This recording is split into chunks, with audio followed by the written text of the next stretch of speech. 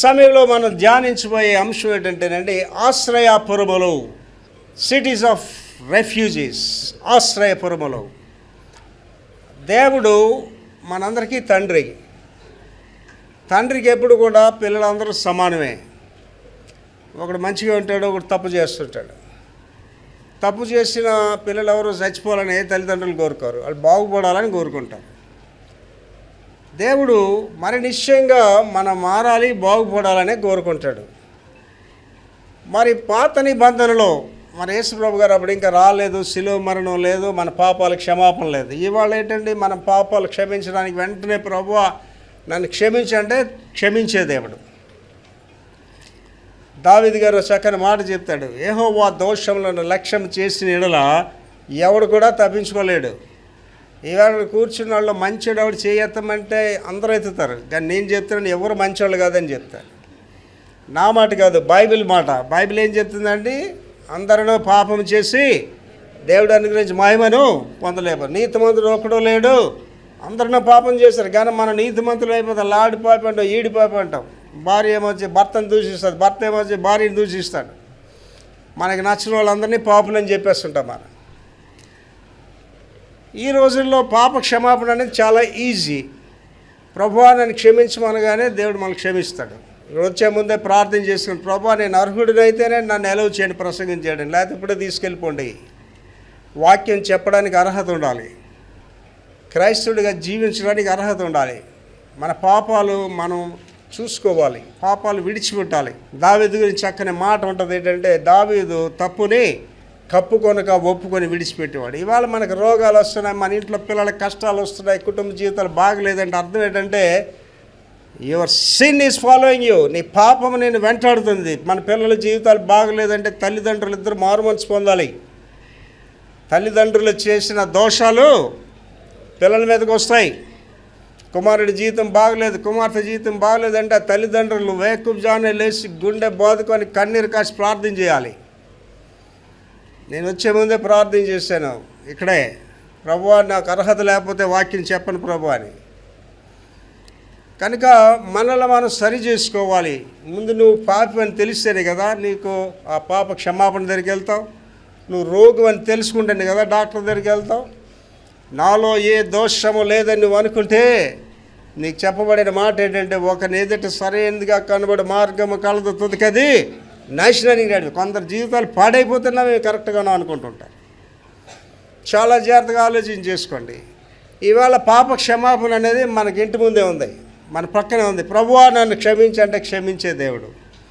ఆ శిలువ మీద దొంగ, యేసు నీ రాజ్యంలో నన్ను జ్ఞాపకం చేసుకోండి. యేసు ప్రభు గారు తర్వాత ఆలోచించారా, ఏమన్నారండి, నేడు నీవు నాతో పరదేశంలో ఉంటాను.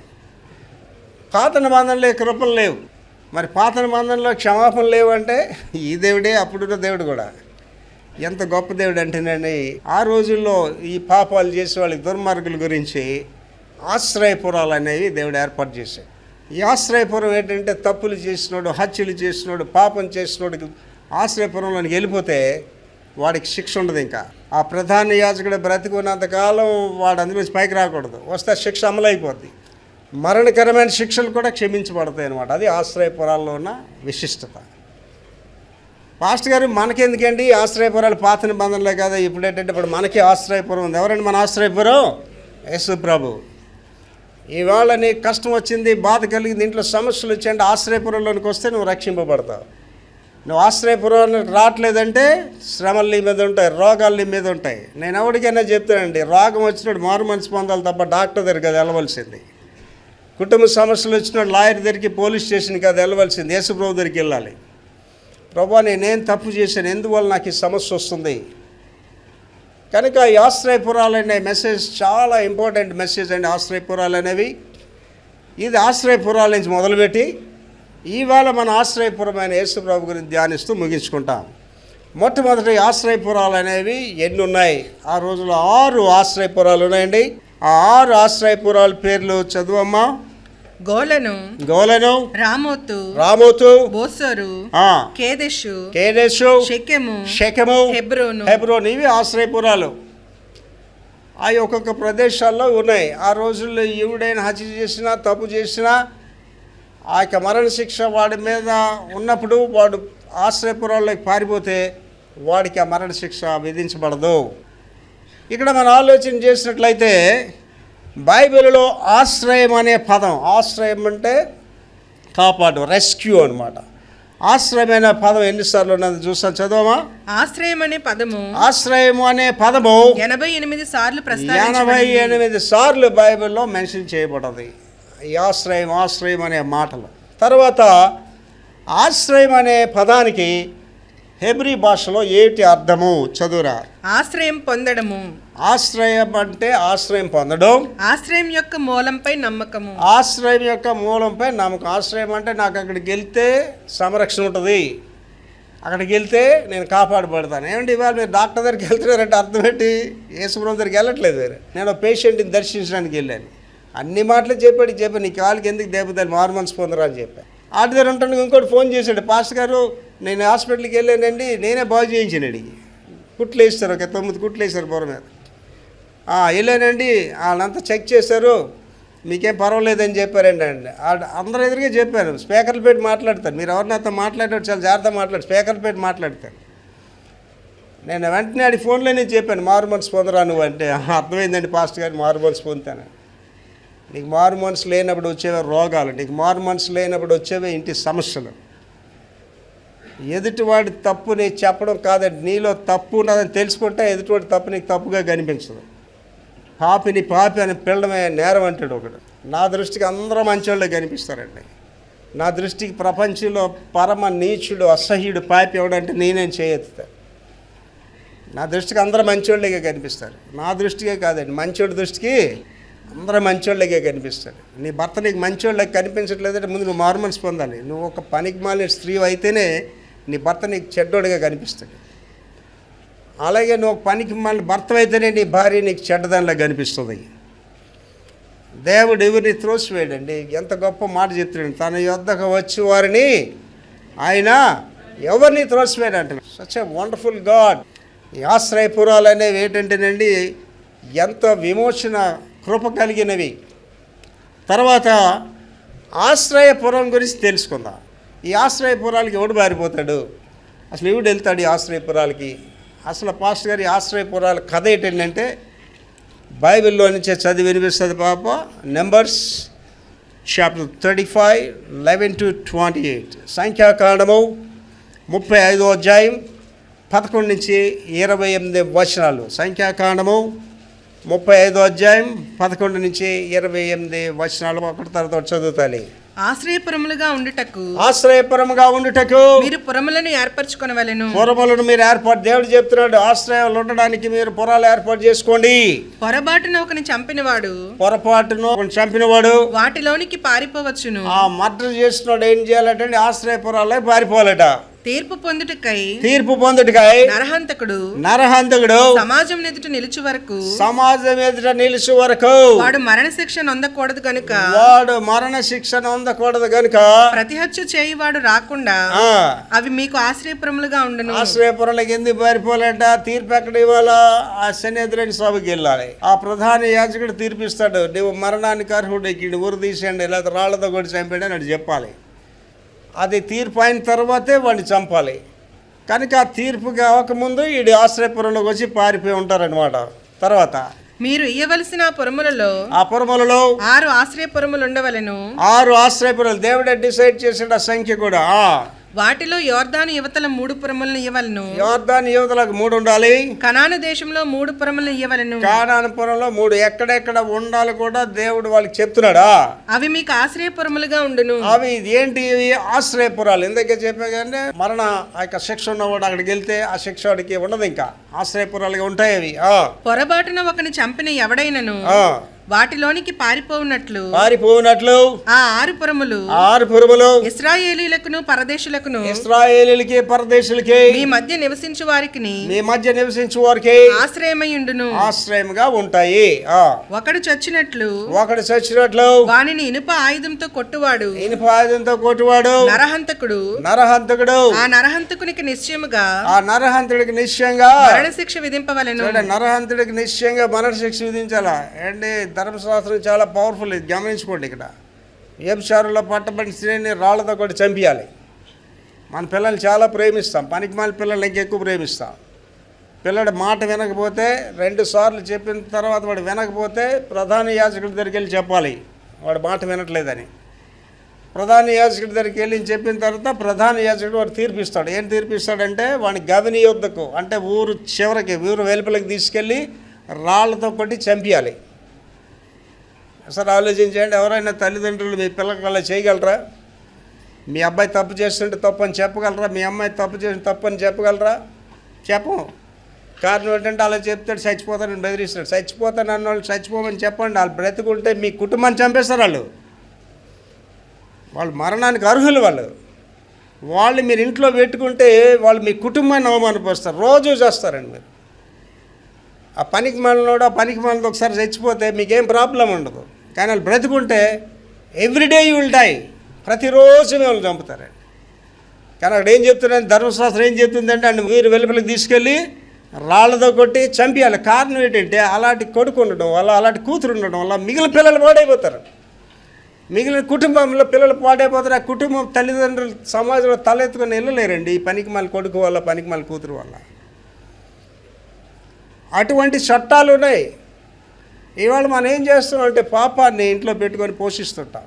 ఉల్లిపాయలు బ్యాగ్లోని ఒక ఉల్లిపాయను ఉల్లిపాయ ఏం చేస్తుందండి, అది మొత్తం ఉల్లిపాయలు అన్నింటిని పాడు చేసేస్తాయి. పనికి మాలోడు ఒక్కడుంటే చాలు మీ ఇంట్లో, మీ ఇంటి అందరికీ కీడు చేస్తాడు. పనికి మాలది ఒక్కరిదుంటే చాలు మీ ఇంట్లో, మీ కుటుంబం అంతటికీ కీడు చేస్తుంది. కనుక ఈ ఆశ్రయపురాలు అనేవి ఏంటంటేనండి, మనం అక్కడికి వెళ్తే రక్షణ వస్తుంది. ఇవాళైతే ప్రభు దగ్గరికి వెళ్తే రక్షణ వస్తుంది. మన ప్రభు దగ్గరికి వెళ్ళట్లేదు.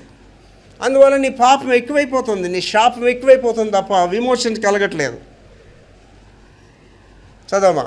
ఒకడు చచ్చినట్లు మరి ఒకడు రాతితో వాని కొట్టగా. అండి రాడ్డు రాతి చూడండి, మన ఎప్పుడు వెంటనే విషయాలే చెప్తున్నారు. అక్కడ పాతవే ఇప్పుడు జరుగుతున్నాయి. రాయితో కొట్టి చంపించాడేనా? దెబ్బతినిన వాడు చనిపోయిన ఎడల, దెబ్బతినవాడు చచ్చిపోయినట్లయితే కొట్టినవాడు నరహంతకుడగును. ఆడు నరహంతకుడు అవుతాడు. ఆ నరహంతకుడు నిశ్చయముగా మరణశిక్ష నందును. ఆడు గ్యారంటీగా ఆడికి మరణశిక్ష అవసరం. మరియు ఒకడు చచ్చినట్లు, మరియు ఒకడు చచ్చిపోయినట్లు, మరి ఒకడు చేతికర్రతో కొట్టగా, మరి ఒకడు చేతికర్రతో కొట్టగా, దెబ్బతినిన వాడు చనిపోయిన ఎడల, చనిపోయినట్లయితే కొట్టినవాడు నరహంతకుడగును. కొట్టినవాడు నరహంతకుడు అవుతాడు. ఆ నరహంతకుడు నిశ్చయముగా మరణశిక్ష నందును. వాడికి కూడా మరణశిక్ష అవసరం. వాడికి హత్య విషయంలో ప్రతి హత్య చేయువాడు తానే నరహంతకుని చంపవలెను. వాని కనుగొనినప్పుడు వాని చంపవలెను. ఒకడు చచ్చినట్లు వాని పగపట్టి పొడిచినను, లేక పొంచియుండి వాని మీద దేనినైనను వేసినను, లేక ఒకడు చచ్చినట్లు వైరము వలన చేతితో వాని కొట్టినను, కొట్టినవాడు నరహంతకుడు. ఆ కొట్టినవాడు నరహంతకుడే. నిశ్చయముగా వాని చంపవలెను. నిశ్చయముగా వాని చంపవలెను. నరహత్య విషయంలో ప్రతి హత్య చేయువాడు ఆ నరహంతకుని కనుగొనినప్పుడు వాని చంపవలెను. వాడు చంపాలి, చంపమనే చెప్తున్నాడు. తప్పు చేసినోడు శిక్షకు అర్హుడని మీరు ఇక్కడ ఉన్న వాళ్ళు గమనించుకోండి. ఎవడును ఏ విధము చేతనైనను తన సహోదరిని విమోచించలేడు. నేను మా బ్రదర్ని కాపాడేద్దనుకుంటే నువ్వు కాపాడలేవు, నా కొడుకుని కాపాడేదాన్ని కాపాడలేవు, నా కూతురిని కాపాడలేవు. వాళ్ళ శిక్షలు తప్పకుండా వాళ్ళ మీదకి వచ్చేస్తాయి.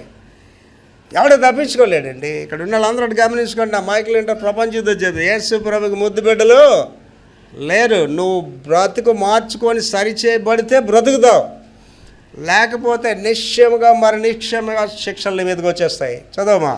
అయితే పగపట్టక హఠాత్తుగా వానిని పొడిచినను, హఠాత్తుగా పొడిచినా సరే పొంచి ఉండక వాని మీద ఏ ఆయుధమునైనను వేసినను వాని చూడక ఒకడు చచ్చినట్లు వాని మీద రాయి పడవేసినను, దెబ్బ తినినవాడు చనిపోయిన ఎడల కొట్టినవాడు వాని మీద పగపట్టలేదు, వానికి హాని చేయగోరలేదు. కాబట్టి సమాజము ఈ విధులను బట్టి కొట్టిన వానికిని హత్య విషయంలో ప్రతి హత్య చేయువానికిని తీర్పు తీర్చవలెను. అట్లు సమాజము నరహత్య విషయంలో ప్రతి హత్య చేయువాని చేతిలో నుండి ఆ నరహంతకుని విడిపింపవలెను. అప్పుడు సమాజము వాడు పారిపోయిన ఆశ్రయపురమునకు వాని మరలా పంపవలెను. వాడి పరిశుద్ధ తైలముతో అభిషేకింపబడిన ప్రధాన యాజకుడు మృతి నందు వరకు అక్కడనే నివసింపవలెను. అయితే ఆ నరహంతకుడు ఎప్పుడైనా సరే తాను పారిపోయి చొచ్చిన ఆశ్రయపురం యొక్క ఆ. సరిహద్దును దాటి వెళ్ళినప్పుడు ఆ. నరహత్య విషయములో ఆ. ప్రతిహత్య చేయువాడు ఆ. ఆశ్రయపురం యొక్క సరిహద్దు వెలుపల ఆ. వాని కనుగొని ఎడల అనుకున్నట్లయితే ఆ ప్రతిహంతకుడు ఆ. ఆ నరహంతకుని చంపినను చంపిన వాని మీద ప్రాణం తీసిన దోషం ఉండదు. దోషం ఉండదు. చాలు తల్లి. ఇక్కడ ఆలోచన చేసుకోండి. ఇక్కడ ఏంటంటే మీకు అర్థమయ్యే స్థాయిలో చెప్పాలంటేనంటే కోడిపెట్ట ఉంటుంది. ఆ కోడిపెట్ట పిల్లలు కోడిపెట్ట చుట్టూ ఉండేటప్పుడు వాడికి రక్షణ ఉంటుంది. అదే ఆశ్రయపురం. ఏదైనా ఒక పిల్ల నా తల్లితో నాకు ఏటి పని అని కానీ పక్కకి వెళ్ళింది అనుకోండి, ఏటవుతుందని వెంటనే కాయకో గద్దో చేతుకొని వెళ్ళిపోద్ది. It's the same thing.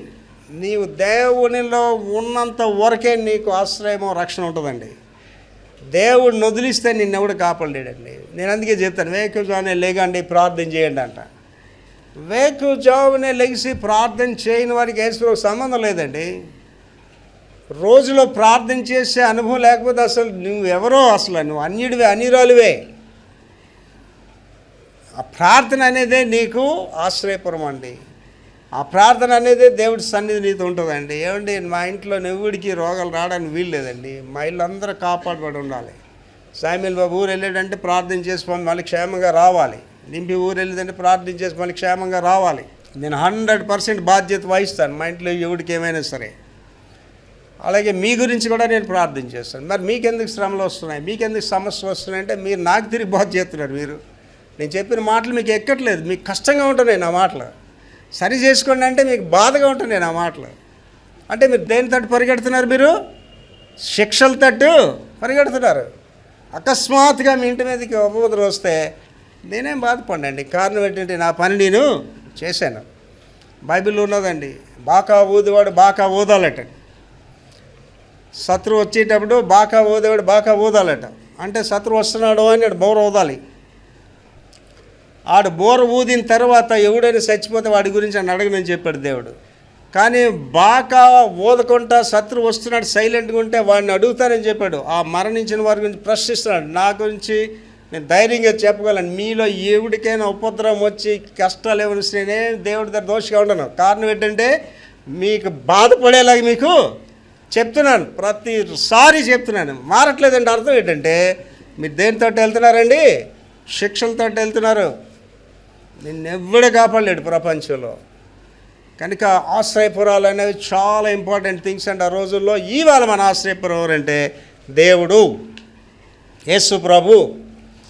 ఆశ్రయపురంలో నివసించేవారు ఎవరు ఇక్కడ ఉంటారు? ఆశ్రయపురం అనే విషయాలు చేస్తున్నాడు. నెంబర్ 1 చదువుతాను. అందులో ఆశ్రయపురములు లేవీయుల అధికారంలో ఉన్నాయి. లేవీలు అంటే యాజకత్వం చేసేవాళ్ళు. ఇవాళ సంఘాలు కూడా పాడవడానికి ఏంటంటే, మరి పాటలు పాడరంటే ఆడు ఒక పాస్టర్ అయిపోతాడు, మరి సండే స్కూల్ పని చేయరు ఆడు పాస్టర్ అయిపోతాడు. అందుకే అర్థానికి సచిన వాళ్ళు కూడా ఉన్నారు. ఎవడు పని అటు చేయాలండి. దేవుని ఆలయంలో కానీ ఇంట్లో ఎవడు పని అటు చేయాలి. తండ్రి పని తండ్రి చేయాలి, తల్లి పని తల్లి చేయాలి, పిల్లల పని పిల్లలు చేయాలి, కాపుర పని కాపురు చేయాలి, సభ్యుల పని సభ్యులు చేయాలి.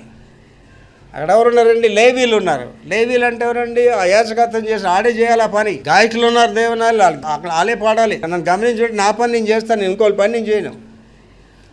కనుక లేవీలు అనే వాళ్ళు ఉండాలి. వాళ్ళకి దేవుడు ఆ యాజకత్వం అనేది అప్పగించాడు. తర్వాత అక్కడ ఆశ్రయం పొందిన వారు యాజకుల నియంత్రణలో ఉంటారు. అక్కడ ఆశ్రయం ఎవడైతే పొందాడో యాజకుల నియంత్రణలో ఉంటాడు. యాజకుడికి అంత ప్రాధాన్యత ఇచ్చాడండి. ప్రధాన యాజకుడు ఒక శిక్ష ఇస్తే ఆడికి ఆ మరణ శిక్ష అపీల్ అయిపోతుంది అంతే. అంత పవర్ఫుల్. అండ్ యేసు ప్రభు గారికి ఆ మరణ శిక్ష విధించింది ఎవరండి? సన్హెద్రి సభలు. They are very powerful. అటువంటి ఆ చట్టం అనేది ఎవరికి ఇచ్చాడండి? యాజకుడికి ఇచ్చాడు. నువ్వు యాజకుడి మీద తిరగబడుతున్నావు అంటే ఏంటి తెలుసండి? పాస్టర్ మీద తిరగబడుతున్నావు అంటే దేవుడి మీద తిరగబడుతున్నావు నువ్వు. ఎవడైనా కాపరిగిలా చేయి చూపించాడంటే నిశ్చయంగా మరి నిశ్చయంగా వాడి మీదకి కష్టాలు వస్తాయి, శ్రమలు వస్తాయి, మరణం వస్తుంది. ఒకరోజు దావీదు దగ్గర పరిగెట్టుకొని వచ్చారు. సార్ అక్కడ సౌలు రాజు నాడు ఒకటే ఉన్నాడు, పడుకున్నాడు సార్ అని చంపిమంటారు అని అడిగారు. దావీదు సౌలు రాజు చంపేయాలి కదా, మరి అడిగి చంపడానికి ట్రై చేస్తున్నాడు కదా. అప్పుడు దావీదు ఏం చెప్పాడని? చంపేయండి అన్నాడండి? చంపాడు అనలేదు.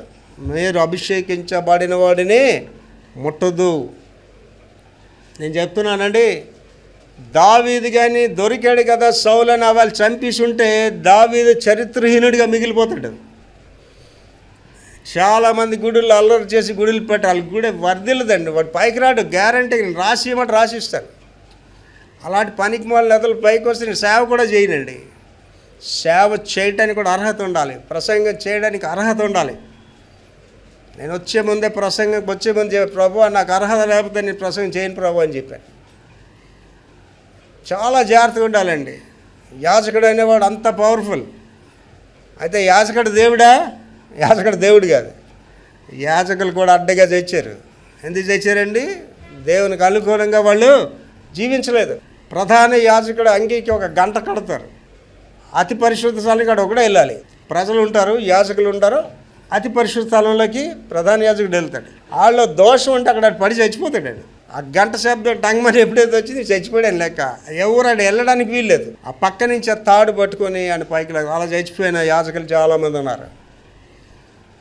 యాజకుడికి కూడా చట్టం వర్తిస్తుంది, ప్రజలకు కూడా చట్టం వర్తిస్తుంది. ఎవడు ఉండవలసిన ప్రదేశంలో వాడు ఉండడం అనేది దేవుని క్రమం అండి.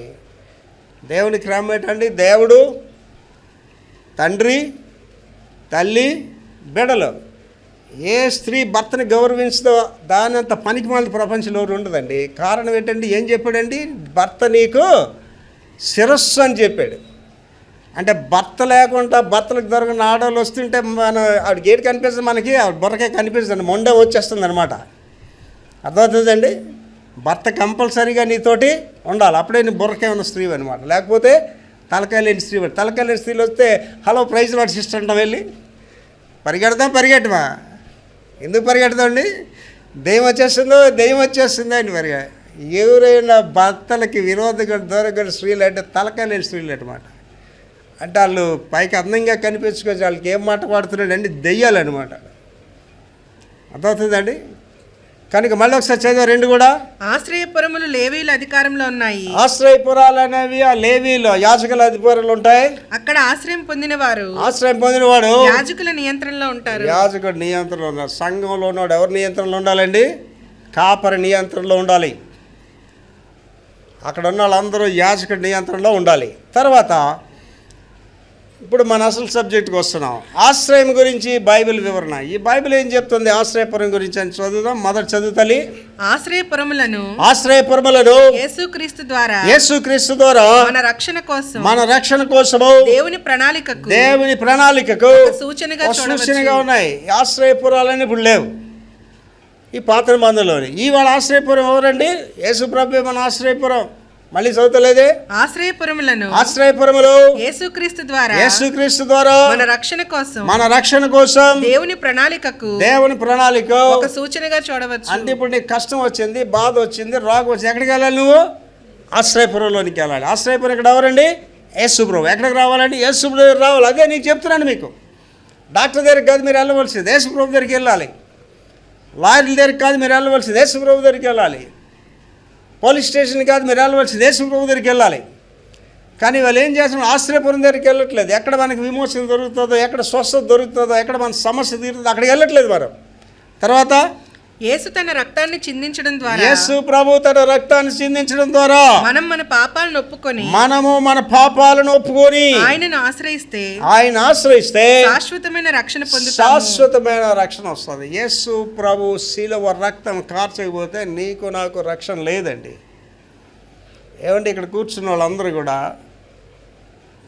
మైక్ దగ్గరికి వచ్చి మీ అసహ్య జీవితాన్ని చెప్పండి. మైక్లో మీరు చేటేటి రహస్యంగా చేశారో మీ భయంకరమైన క్రియలు చెప్పండి. ఇక్కడ నిలబడి చెప్పగలరా? చెప్పలేరు.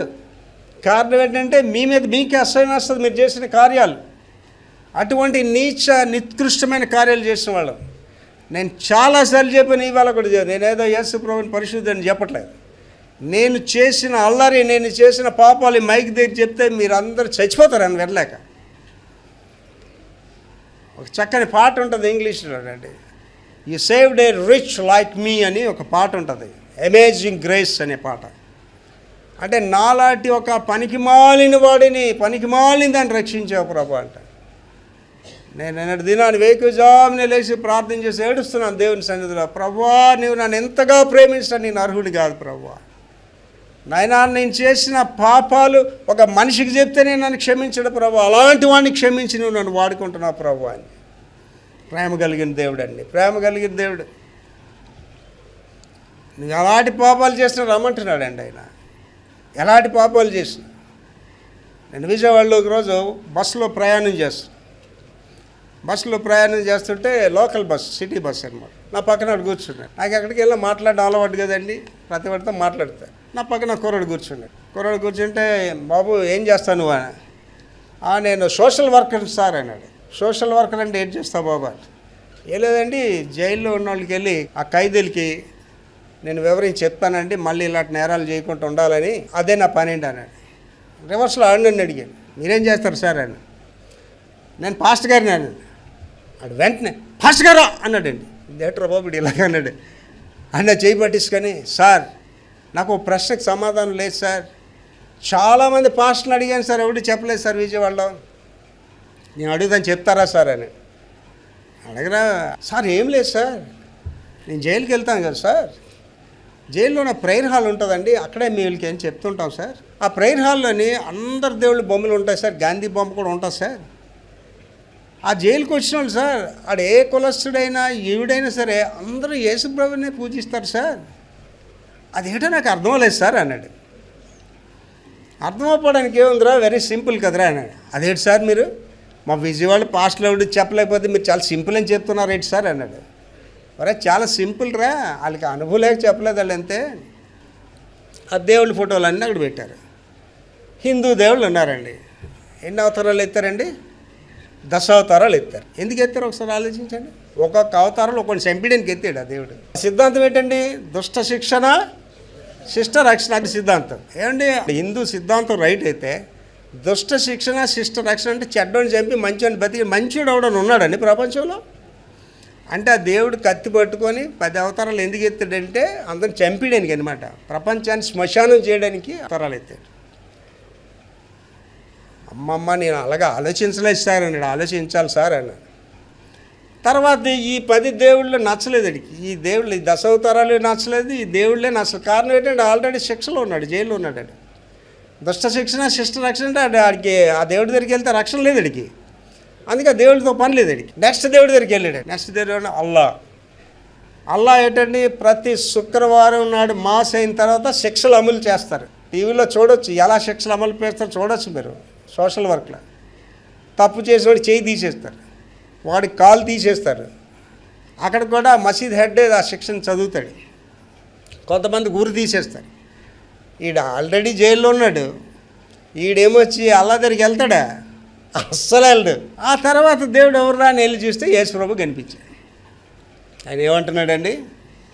నశించిన దానిని వెదకి రక్షించడానికి వచ్చాను, నువ్వెంత పాపమైనా పర్వాలేదు రా, నేను క్షమిస్తాను. ఆ మాట కావాలా? దుష్ట శిక్షణ శిష్ట రక్షణ కావాలా వీడికి? ఈ కారణం చేతే అందరూ క్రైస్తవులు అవుతున్నారండి. ఆలోచన చేయండి.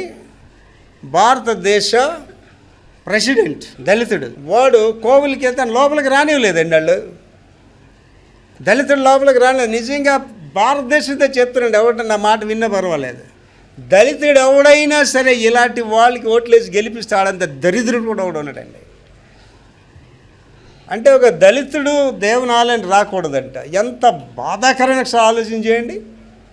ఏంటి ప్రపంచంలో ఈవిడికని వెళ్ళి దళితుడు అంటే మీరు ఏ క్యాస్ట్ నవ్వుతారండి ప్రపంచంలో.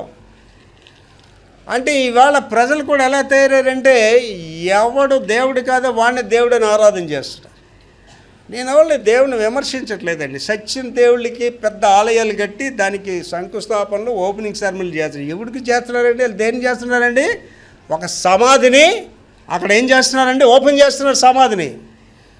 ఈవిడైనా మీరు వాల్టర్ సెమిట్రీకి వెళ్ళి సమాధులు పూజలు చేస్తారు ఎవడైనా సరే? ఎవడైనా సచిన్ సమాధి గురించి అందరు రండి, ఆహ్వానం రండి, ఈ సమాధుల దగ్గర పూజలు చేసుకొని చెప్తారా? ప్రపంచంలో దేవుళ్ళు అనబడేవారు చచ్చారండి. ఆ చచ్చిన సమాధులు కట్టి సుందరంగా కట్టి దానికి ఆహ్వానాలు, దానికి పెద్ద పెద్ద వైద్యురాలు చేస్తున్నారు. ప్రపంచంలో ఒకే ఒక దేవుడు అండి, మరణాన్ని జయించిన దేవుడు ఒకే దేవుడు, ఆయనే యేసుప్రభు. యేసుప్రభు సమాధి వెళ్ళి మనం కట్టేస్తున్నావా? అక్కడ సమాధి కట్టి పెద్ద గోపురాలే కడుతున్నావా? కట్టట్లేదు. యేసుప్రభు లేడు అక్కడ, ఇట్స్ నాట్ దేర్. యేసుప్రభు గారు ఏం చెప్పారంటే సజీవుడైన వారిని మృతులలో మీరు ఎందుకు ఎదుగుతున్నారన్నారు. ఇప్పుడు వీళ్ళు ఏం చేస్తున్నారు? వీళ్ళు అందరూ వెళ్ళి సచ్చినోడిని అక్కడ ఎదుగుతున్నారు. వాళ్ళు దేవుడు అనబడేవాడే నరకంలో ఉంటాడండి. బాధాకరమైన విషయాలు ఇవన్నీ కూడా. ఎంత ప్రాక్టికల్ థింగ్స్ దేవుడు ఇవాళ మనతో మాట్లాడుతున్నాడండి. మీరు ఎవరి దగ్గరికి వచ్చారంటే సజీవుడైన దేవుడి దగ్గరికి వచ్చారు. నేను ఒక బిషప్ గారు ఫోన్ చేశారు. సార్ పాస్టర్ గారు ఇది విన్నారా అని. ఏంటి ఆయన? కులగనం అనేది జరుగుతుంది విన్నారా అన్నాడు.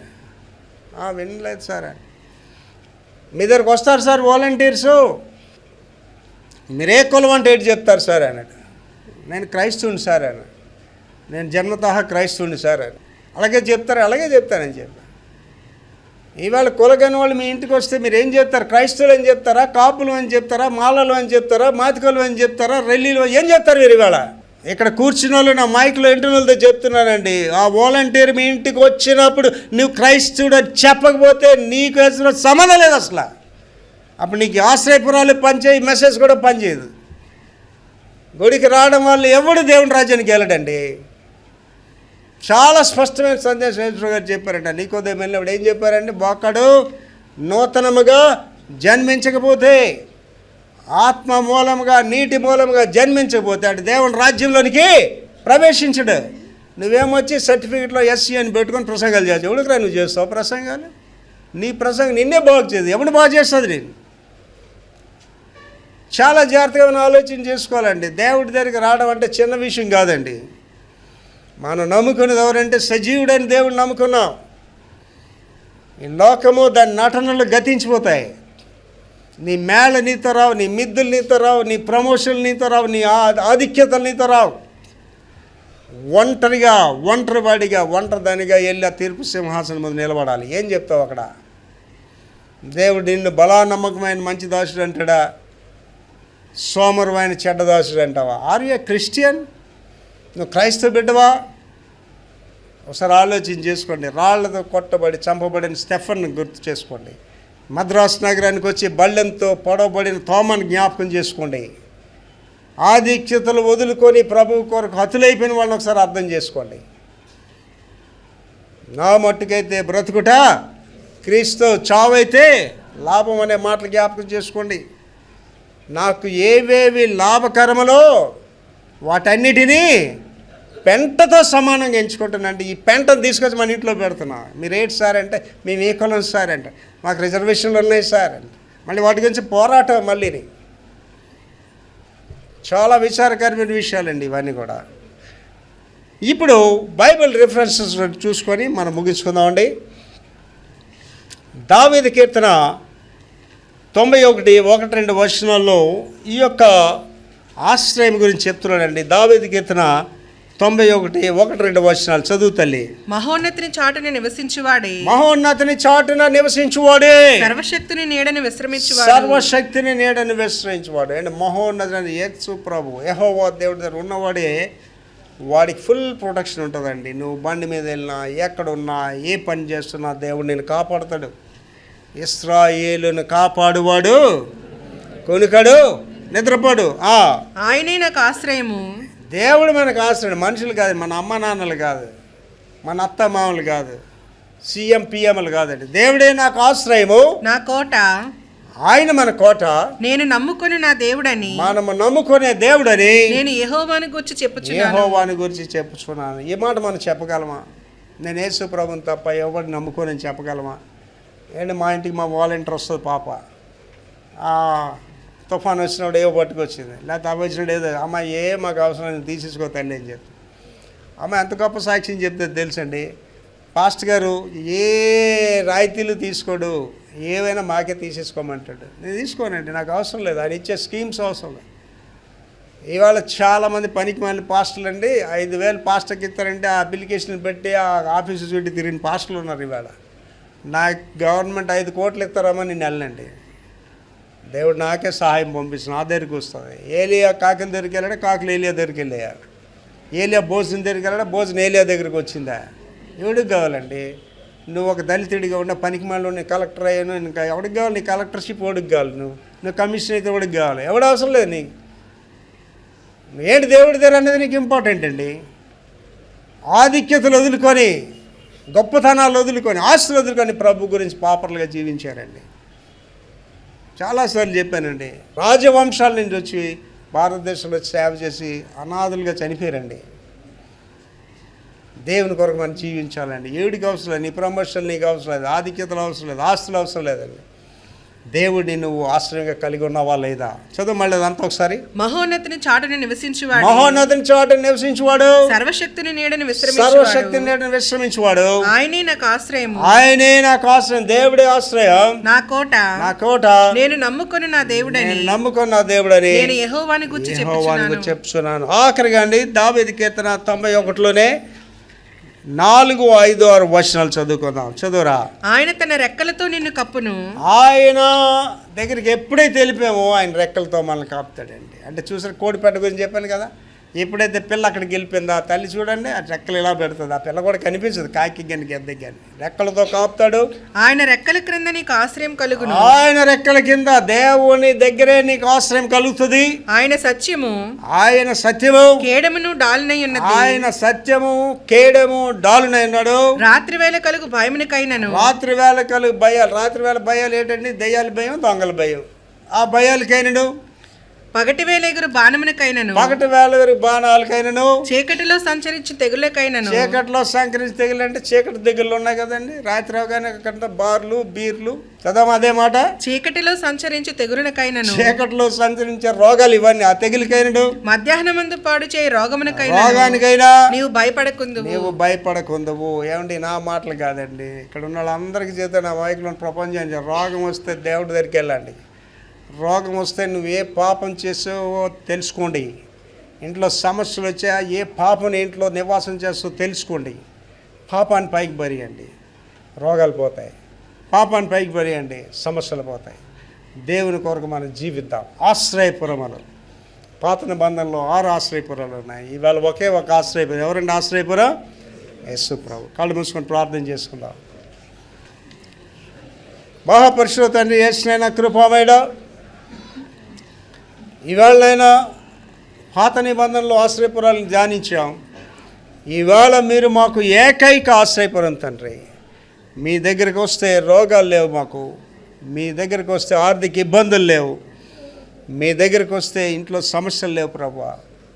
మేము రావట్లేదు తండ్రి, ఆశ్రయపురంలోనికి రావట్లేదు. లోకాన్ని ఆశ్రయిస్తున్నాం, అనవసరమైన వాళ్ళని ఆశ్రయిస్తున్నాం తండ్రి. మా ఆధ్యాత్మిక నేత్రాలు తెరవండి ప్రభువా. మా పాపములను మేము ఒప్పుకొని వాటి నుంచి విడుదల పొంది నీకు ఇష్టలుగా జీవించు కృప మాకందరికీ దయచేయమని యేసు పరిశుద్ధ నామములో వేడుకుంటున్నాము తండ్రి. ఆమేన్.